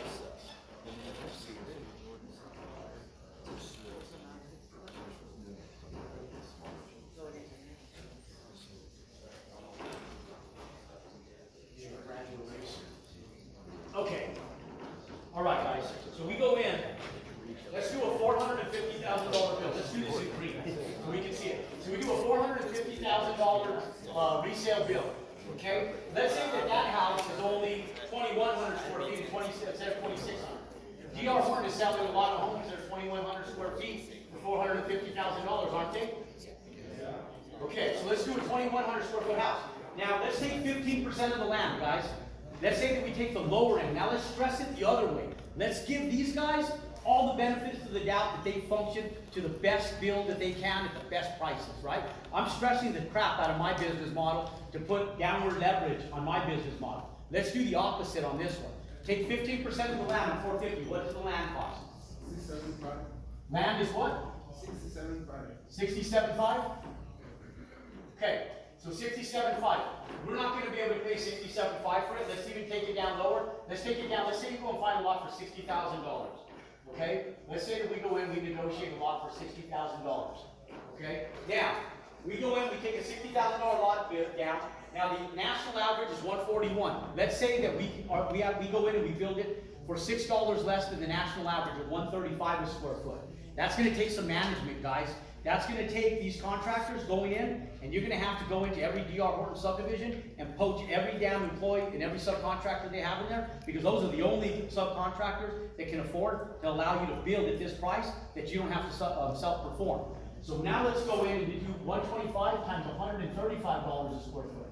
We're going to build this thing for $30 a square foot less than the one we built at $800,000+. Okay? So we take 2,100 times 135. What is that number? 283.5. What is it? 283.5. 283,500. Okay. Now we take 283,500, and now we have a closing, however, debt service. And our debt service, let's call it about $20,000, okay? And then we have our closing fees, 450,000 times 6%. 27. What is it? 27. 27? 27K. 37. 27. 27. Okay, so let's add this up, guys. Just do 684, or just do 683. 346. So we do 283, 60, 70, 80, 107. That's 300, And 87. 390,000, right? 390? Or 390. 392? Okay, $392,000. Subtract that from $450,000, guys. 58. So you make, your net is $58,000, okay? Very similar to what you would net in a fixed deal. Some of you guys sit back going, yeah, playing it safe, that's not bad, $58,000. How many of you guys would do it for $58,000? Okay? Okay, one of you guys, hang on, let me ask that question again. Okay? Now, we're gonna go in, we're gonna do the exact same thing. I'm gonna have two spreadsheets here, guys. I'm gonna do two spreadsheets, okay? One of them we're gonna underwrite at $450,000, this one's for the bank, okay? This one right here, we need to go in and we need these two things to be able to get our loan. So we need a total of $343,000, right? 343? Yes, No, 345, 500. 343. 343. Oh, 343, 500. Yeah, 343, or 343, okay? 344. Okay? Okay, so we do the same underwriting, okay, on here. Go with the same line items, guys. Same line item for the bank. Okay, we go in, we need 344 to be able to do this bill. Now, if we go in and we do 80% of 450, what's that number? What's 80% of $450,000? 36. What is it? 360. 360? What if they only give you 75%, like we did on the other one? How much is 75% of 450? 375. 375? 337. 337. $337,000. I don't know what Okay, so now, guys, we have a $7,000 difference. Okay, who pays for that $7,000 difference? The debt. You do. And now you have to go in and you look at your debt The debt service. service. So now you do a reduction of debt service, $20,000. You're gonna have to come out of pocket with $27,000 plus your entitlement fees for the process of it, because you can't get them back because you can't afford to. So now you have another $10,000, $15,000 that you have to hand it back. So now it's $27,000, and you still have $15,000 tied up in that bill. So now you're going to go in, guys, and you have just shy of $40,000 in that bill. Guess who has to come out of pocket with that $40,000? You do. Okay? How many of you guys have $40,000 sitting around? Right. I won't be here. Okay. So now, how many of you guys want to play it safe and build a $450,000 house? Nope. Any hands? You still want? A couple of guys, I'd rather do that. Okay. I won't tell you no, as long as you know what you're getting out of it, right? How many of you guys would rather build a $900,000 house? $850,000 house? Yeah. Guess what, guys? That's called investment lending. Does that make sense? Every single person is capable of doing it. You don't think you are because you don't understand banking. I know you are because when I went to get my first $50 million bill, I was like, I told my wife every day, I was like, damn, I hope I get approved. Man, I hope I get a loan. I hope I get this loan. I hope I get this loan. I hope I get this loan. I sat down with the underwriter at the closing table, and the underwriter, I asked him, I said, so what was the determining variables of the closing? And they said, well, your liquidity is great. They said, your cash flow is great. They didn't talk to me about debt taking, because though you're stronger than about 90% of our borrowers that come in to get these loans. I said, no shit. And he said, yeah. And I said, no way. And I said, and I go, this is the biggest loan I've ever gotten. He said, he goes, really? He goes, why didn't you go into these earlier? And I said, because I didn't know what the fuck I was doing. Okay? So understand, guys, at a time when I thought I was incapable of doing a $50 million project, so my net worth was only about maybe, I don't know, 18 million at the time. I didn't think I could do a $50 million asset. You guys may sit back and look, I only own a $300,000 home, or I already own a home. You can go out and get lending, provided that you go through the process of entitlement, and you do your comps, and you entitle it based on this right here. Does that make sense? Okay, now, here's the thing, ladies and gentlemen. We're gonna go through this underwriting in Miami, okay? We sold out. We had 250 seats, guys. We don't market these events. okay? These events, I don't need you guys to go to Miami, truth be told. We don't need you guys to go, you need to be there. Does that make sense? Okay, does that make sense, yeah? Yeah. Okay, here's the thing, guys, we had 250 seats available, we sold out when we were in Florida a few weeks ago. So when we were down in Florida, we went to Jacksonville, we did the same thing, we went to Jacksonville, we went to Clearwater, we went to Miami, and we sold out of the 250 tickets, guys, a little more than 6 weeks from the event. And we knew we were coming back over here. So I called Esther, my assistant, I said, Esther, can you call the Hilton, and can you get a bigger room? We need to go from a 5,000 square foot room to a 7,000 square foot room, and let's increase the size, and let's get it for 300 people. Usually I limit it to 250, but I just couldn't say no to as many people that still wanted to go. So we opened up 50 rooms. They didn't give me the rooms. My staff, I want to kill them some days because they piss me off. I want to know how many rooms, how many we sell. They don't tell me how many tickets we have sold. Rick holds those tickets. He's holding them from me, and he doesn't let me know how many we've sold. So I don't know how far we are from 300. And he keeps ignoring me. I keep asking him for the ticket quantities, and I don't know. But I know that we're real close to 300, guys. We don't market these online. If we market these online for about 2 weeks, they'd all be gone. All the tickets, all 300. So you'll never see an ad for them. You'll never see an advertisement on YouTube, on Facebook, on Instagram. You'll never see that. In order to get invited to go, you have to get off your ass, and you have to show up to one of these for free. Does that make sense? Because one thing that I know is that only 5% of the population will invest in themselves, and that includes time. So you coming out of your way to be here today allows me to qualify you to go to the event. Does that make sense? Sense. I won't invite anybody else. If you don't come to one of my live events, you can't go. So only people that have showed up to these live events, it's like a process of elimination. It's kind of like how we hire contractors. Make sense? Yeah? Sense. Yeah. Okay. So look, guys, I don't know if there's 10 tickets available. I don't know if there's 20 tickets available. I don't know if there's 25. All I know is this is one of the last meetups that we're doing before the event. I do know that my team will hold about 10 tickets for the night before the event for people in Miami. So once we get to about 290, they'll cut them off, okay? And the reason why, we might oversell by a handful of tickets for people that don't show, but we'll get about a 95 to 99% show-up rate because of what we're doing in Miami, guys. There's no event that does that. Now, when we did Nashville back in May, we had sold 200 tickets and we had 230 people show up. Okay, we ended up having to pull chairs around the side of the event. I just didn't have the heart to tell people they couldn't go. They flew in from all over the country with no ticket. And then they came in and we literally had to pull tables and there was people with chairs sitting along the sides. And I just didn't have the heart to tell them to go away. So it may happen again. I wouldn't try it because if the venue doesn't allow us and we meet fire code, then I'll have to. Does that make sense? Yeah. So all I tell you guys is just get your ticket to Miami. And that your goal is to be in Miami. What's your goal? Be in Miami. Be in Miami. Guys, it's an underwriting workshop. There's no speakers. I'm your speaker. That's it. The only other people that will speak are my students. People that sat in your chair a year ago, 2 years ago, 3 years ago. I'll do a panel across the stage, and I let you guys blast it. They get scared. They're like, hey, I don't even know what to talk about. The day of the event, they're like, well, what do I say, Jerome? What do I talk about? So you say nothing.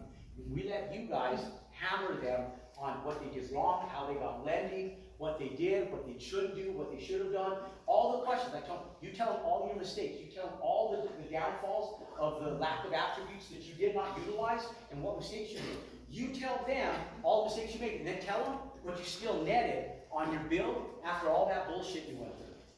Does that make sense? And so the only other speaker you'll have outside of me is those guys. That makes sense, guys? Yeah? That makes sense. Okay, let me explain some of you guys. We're not putting stages together to motivate you guys. You guys don't need motivation. You know what you guys need? Is information. Okay? So when you guys leave Miami, guys, you guys will be ready to go out and get lending.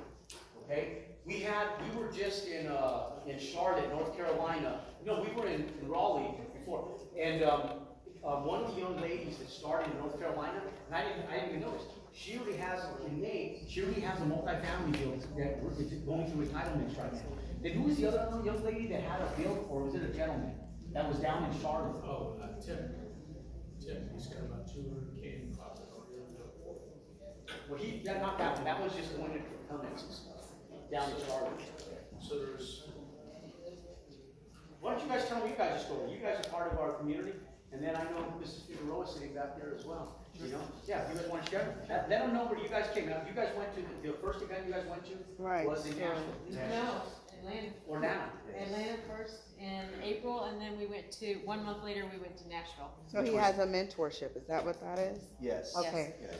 That's the main thing why I keep sitting here before I leave to So- know about the mentorship. Met Jerome in April, went to the last event that he held before Miami in Nashville, and then joined the program. Went through the 12 weeks of training, dedicated ourselves every morning, 3 hours in the beginning, then it went to 2, and we finished. And about 2 weeks ago, we started our journey, acquiring funding for our first build, which we're ready to break ground next month. Yes. Since May, guys. I didn't even know we were in Jacksonville. They drove out to Jacksonville. We all went and had dinner just like 2 weeks ago. When they walked through the door today, I was surprised. I saw them in Jacksonville. I didn't know they would come up here, and so it was cool. Mrs. Figueroa? Tell me first. I started April of this year. I've just been looking for land, and I'm looking forward to building a 900K house. All right. Who else is part of our community that's here today? Stand up. Introduce yourself. Hi, my name is Freddy. I started with 1 lot. Right now I have 1 lot in Camden, Georgia. So ready to start our business. What do you propose? What do you think a house is gonna sell for? 1.2. 1.2 million? What do we have it underwritten for your net profit on that $1.2 million bill? It's around 220. $220,000? Conservatively, guys, conservatively, 220. Put your hands together for this gentleman. The reason they're able to do that is, there's one thing in common these people have, they all went and got trained, guys. There's only, how many of you guys learned more in the last hour and a half than you guys thought you were gonna learn coming here today? Okay? Imagine what you're gonna get if you spent 16 hours with me. Does that make sense? I'll show you guys, because I teach in black and white, guys, and the middle is all gray. But you need that, the middle section to be in color. Does that make sense? I can only give you what's in black and white, and I try to give you guys as much as I can while I'm up on this stage, but I only have so much time to do it. And I know some of you guys, it's so overwhelming for some of you guys, you're sitting back on, you know, I see your face and your eyeballs, right, from up here. And I'm sitting back going, come in, and then we video record this for you guys at the event. The only people that get the video recordings are you guys that attend the event. You guys get a full back office when you guys go to the event. So you have all the spreadsheets, you guys have all the paperwork, all the PDFs. That book is filled with 350 pages worth of PDFs, electronic versions of that stuff. You can go out and be a straight building pimp when you're done. You white label it, put your logos on there, and you can go in and you can white label and go in and you have your business going. Does that make sense? You guys go and you get all those electronic copies because you're gonna need them at the event, and you're gonna need them to go in and build, okay? You guys won't get through landing without that stuff. The reason that most builders, the reason I ask how many of you guys are already building homes before you get started, is because I'll always get 5 or 6 contractors to raise their hand and say, why are you here? And they say, because I want to build for myself, because they've been building for other people. The people are getting owner build homes to go out and build the homes, and then they hire a contractor to build it for them. Does that make sense? And the builder never learns the banking game. So the reason that seasoned veteran contractors come in and need this most is because they've been doing this shit for 20, 30 years, having to nurse emotions. Not only are they a builder, but they're a psychiatrist too. And most builders are ready to jump off a fucking roof because they're sick of listening and waiting for people to pick out tile colors, paint colors, and all this other bullshit. And then once they pick it out, they didn't talk to their wife about it, and then they make another decision, and it's your fault that they don't fucking communicate. And that's the damn honest truth, yes or no? Yep. Yep. And they're sick of the bullshit. I've never built for anybody, but I've only built spec my entire life. When I was building spec, people were like, you're freaking crazy, you have 50 homes that you have under construction, and not one of them are sold? 0. Not one of them. I built 100% of our homes spec. We've built over 600 homes, guys. I've never had a buyer until the house is done. And we're still standing here, and we've profited from every single build.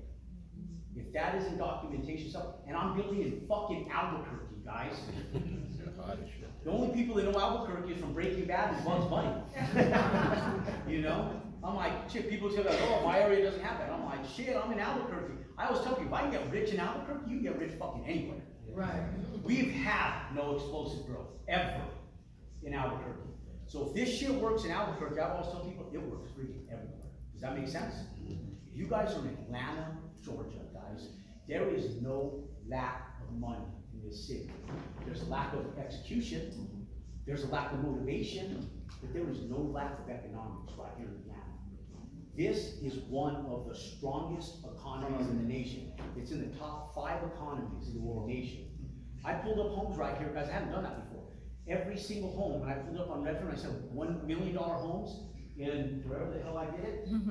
Everything was 4.5, 6.5 million. There was like 30 of them on the first page. Guys, I don't do that anywhere. There's no lack of affluency.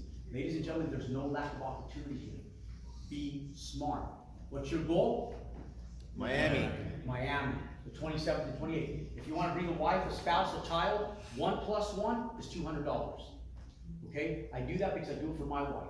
My wife doesn't run the business with me. She likes to go hang out and she'll support me, but she won't pay full price for a ticket because she just feels like it's not worth her time. But it is worth her time to come and spend a couple $100, and she'll do it for that because she's like, I gotta hang out with you the whole weekend, you know, it doesn't cost much. Because she feels like it's a waste of time and money for her because she doesn't really run the business, but she ends up enjoying it. And you end up getting the support of your spouse by having them there. Does that make sense? Or you guys can go in, you guys can have both go in and be the catalyst behind the business. And there's a lot of that too.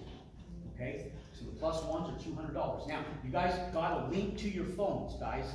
And that link, you can register right off that link to your phone at the top of the hour, at 4 o'clock. Or you can scan that QR code. Or you can, Dana Brown over here, right here, Dana Brown, my Puerto Rican brother, and another brother.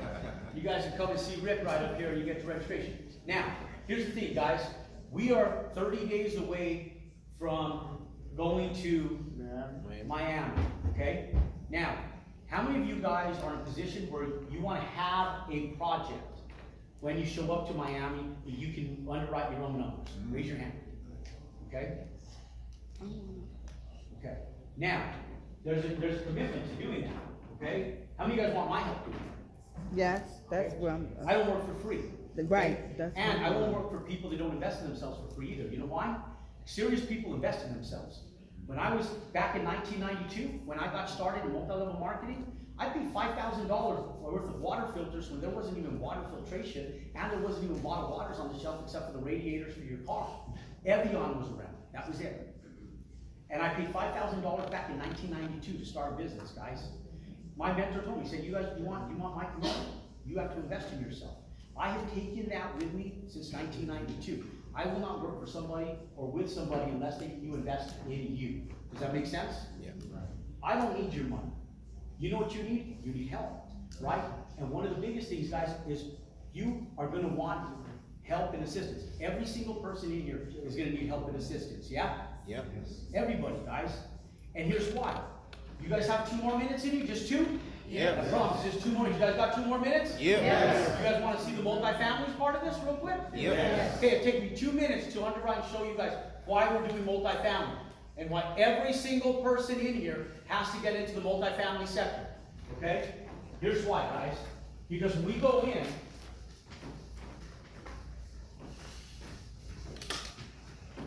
when we do the multifamily stuff, guys, if you go out, we're going to teach you guys how to do the small stuff. Just like the little 6-unit, 8-unit, 10-unit deal. Every single person, this works exactly like the single family, by the way. Now, you're going to get about 75% loan to value, loan to cost on that construction loan. It works the exact same way. Now, it's a little different once you get into the institutional size assets, over 100 units, but this works just like a home almost. Some slight differences, but we're going to underwrite this stuff.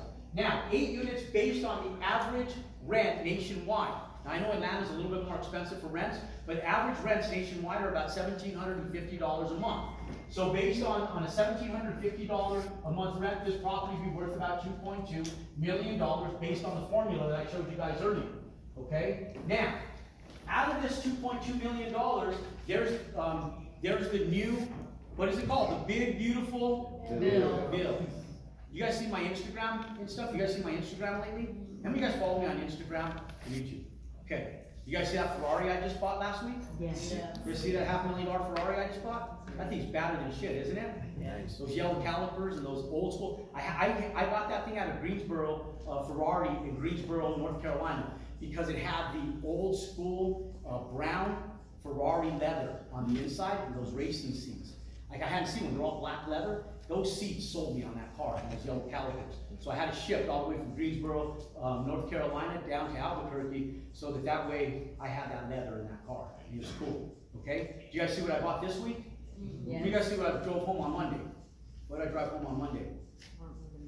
It's a G-Wagon, yeah, it's the dual turbo G63. We paid $250,000 for that thing. Okay, thing's badass. The red interior has a military grade color on it with red calipers on it. Nice. Calipers sell me on those things. I don't know what it is. It's like the Hot Wheels. When you're a kid, you see those colored calipers, you're like, that thing's better than shit. I don't know what it is about the calipers. I was like, that's what sold me on it, is the calipers. And then we're buying a Ghost, a Rolls Royce. Why do I tell you this? I'm not telling you guys this to show off. I just don't have any builds that are completing this year, because we re-permitted everything in 2024, so we pulled $160 million worth of development out of the ground in 2025. Nothing's gonna be completed this year, so I have no friggin' tax write-offs. So I'm buying cars because Donald Trump made the big beautiful bill. I can write off 100% of these cars the second I buy them. So I'm buying them for $1 million worth of cars, so I at least have $1 million worth of tax write-off. That'll be worth like $400,000 in tax write-off. I'll drive the cars for free. When I sell those cars, I'll sell them for as much as I paid for them because of the kind of cars I bought, and I'll get all 100% of my money back. I'll be able to enjoy them, maybe put 5,000, 10,000 miles on each of them, and then be able to go in and write them the tax write-off until I go in and do this. Because with a big beautiful bill, I can't write off the land. Let's say the land is $300,000, I can still write off $1.9 million, and with a big beautiful bill, what they say is you can take 100% tax write-off through what's called cost segregation and bonus depreciation in year one. I don't have to depreciate it over time. I can take all of that in year one. That means that I can take a $1.9 million tax write-off in year number one. And that tax write-off never, ever expires until you have earned $1.9 million in net taxable revenue. You pay $0 in federal income taxes. Does that make sense? If you're a nurse and you made $120,000 last year and you did this under your LLC is a pass-through entity. You get 100% of what they took out of your W-2 employed job. You get 100% of your federal income tax money back as a tax return from being a nurse, a firefighter, a cop, or whatever the fuck you do. And you made this money right here, you pay $0 in income taxes. This asset will also hold about $700,000 in equity. If you want to sell it, you can sell it. But if you sell it, now you have a bigger tax liability.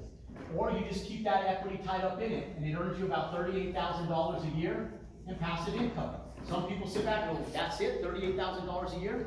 Fuck, you guys will go work a government job for 30 years and get $38,000 fucking dollars a year for a government job. You do that shit in 6 months. Truth. That's the reality. Why do I do this? And why am I so passionate about this? And why am I so prudent about it? Because this is the shit that changed people's lives. And we've changed a lot of people's lives in our community, and I'm fucking proud of that. Does that make sense? And I'm gonna change a lot of you guys' lives. You're sitting in here right now. You guys are gonna come to me later on, and I'll break in tears when I see their story, and I see these family, like the Torres family, man, they broke when I see these guys come from Venezuela, and 4 of them from Venezuela, and they come here as immigrants, and they've been here for 2 years, guys, and these guys take their first bill down and make $350,000, and I tell their story, because they're gonna be up on stage in Miami. Guys, these guys committed to a $30,000 mastermind to come in and hang with me for a year. Travel around the country, come to my home, and go and see my builds and travel around the country with me. We only allow 80 people a year to do that. We changed every single one of those 80 people, we changed their lives. Every fucking one of them. Okay? Every one of them, guys. This is why we do multifamily. Why it's important that you guys understand this stuff in Miami. We're gonna go through this in Miami. The first day, guys, the first day. The morning is residential. The evening, the afternoon is multifamily. Lunch is on me. I'll feed you guys steak, I'll feed you guys fish, I'll feed you guys salads. You guys don't need to go to lunch anywhere. We don't want you to go anywhere. You're gonna underwrite. We're gonna nourish you right. You're gonna stand up from your chairs. You're gonna go to the ballroom next door. You're gonna sit and eat. You're gonna network with everybody. Lunch is on me. We'll have coffee, we'll have juice both days. Sunday morning, when you guys wake up, we start at 8 a.m. 95% of our audience was in their seats by 8 a.m. on a Sunday morning, guys. You guys ever went to a conference on a Sunday morning and showed up? Half the seats are empty, guys. 95% of our people were in their seats by 8 a.m. By 8:15, 100% of the seats were filled. I had never experienced any of that in my life. We go till 1:30 so you can fly home, guys, that afternoon, and we go straight, okay? It'll be life transformational for you. Underwriting will change your life in real estate. This will protect you and keep you from ever going bankrupt. Cool? Cool. Now, some of you guys need a project, and some of you guys need mentorship, and some of you guys need to get started today. I have an inner circle call once a week. On Friday, these folks right here will be on that call. This gentleman will be on that call. Evan will be on that call. We will have all these folks on that call on Friday, where we all log in every single week, and I host those calls every week. I dedicate one afternoon a week to you guys that are part of my community. And I host those calls. I commit to 2 hours a week. I commit to 2 hours a week. How long was last week's call? 4 hours. I commit to you guys. Does that make sense? I will not commit to any of you guys unless you commit to me. These are folks all pay $10,000 to be a part of our program. Some of them we have finance, some of them pay for it all in cash. When you get started, the day we actually onboard, like here, the day and today only, we do it for $8,000. We give you a $2,000 discount for being a decision maker, because I like decision makers. I hate procrastinators. People that make decisions quick are the most successful ones. Those who contemplate, consider, and reevaluate shit, they never get shit done. I don't want to work with you. Okay? Now, if you do have questions, and they're logical questions, just questions, we respect that. You also got a second link on your phone. That second link on your phone is for you to schedule a call with my team, with Rick, or some of my team, so we can help you answer your questions. I'm going to stick around and answer a lot of your questions tonight. Does that make sense? And you guys will be able to ask a lot of those questions. And so if you have questions, I'm here to help you answer those questions. Now, if you commit to me and you come in with an $8,000 investment, I have requirements, guys. You are required to start watching your courses immediately. I don't give a shit how busy you are.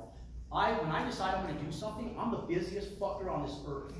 You just ask my wife. And I'll tell you guys, I find time. Saturday mornings when my whole family's asleep at 6 a.m. I used to wake up. In 2016, when I decided to take this journey on and scale my investments and do it, I told my wife, we didn't need to. We were worth about $25 million at that time. But I told my wife, I feel stagnant. I told her, I'm just not happy. I said, since the 2008 recession, I feel like I've coexisted since 2008. And I felt just unfulfilled. And so I said, you know what, I'm just going to do one more run. It had nothing to do with money. I didn't have a money or financial goal. I didn't say I wanted to do a $100 million deal. I didn't know what it looked like. All I knew is I felt unfulfilled, and I felt like I was stagnant in my growth. And I told her, I'm going to figure this shit out. I'm going to scale the shit out of this thing. I'm going to figure it out. And in 2016, when I decided to do that, it took me almost 2 years to get a build off the ground, guys.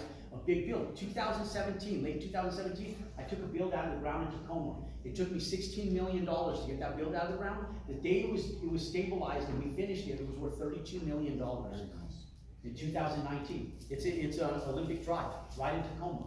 It's called it's the Olympic Atlantic apartment complex in Tacoma. If you Google it, it'll pull up 132 units. That's my first build that I built ground up without buying it. I already bought 2 other ones. I went and bought 2 apartment complexes to understand the underwriting to figure it out. I went and spent $15 million of my money buying 2 apartment complexes to figure this shit out. I woke up on Saturday mornings at 6 o'clock and for 2 hours every single weekend. Every weekend. On Saturdays and Sundays, I would watch underwriting. Forward, backwards, reverse, forward, backwards, until I figured this shit out. Does that make sense? So if I commit to helping you guys learn, I want a commitment out of you that you guys get started on your 12 weeks of courses immediately. I will audit them. So when you guys go, when we go in, by next week, I'll tell Rick and I'll tell my team, go in and look at whatever your name is, at their back office. And I wanna make sure that you guys have watched your courses. Did we call you guys to check? Yep. We say, hey, good job. We just say, hey, good job. We say, hey, where's your commitment level? Because if you fail doing this, it makes me look like a fucking asshole. It makes me feel like I took your money. I don't wanna take your money. I don't need your money. I need your commitment. Does that make sense? I don't need your fucking money. You ain't gonna do shit, don't register. I don't need your $8,000. It won't make a difference in my life. But you know whose life it will make a difference in? Ours. Yours. Make a difference in yours. Think about it.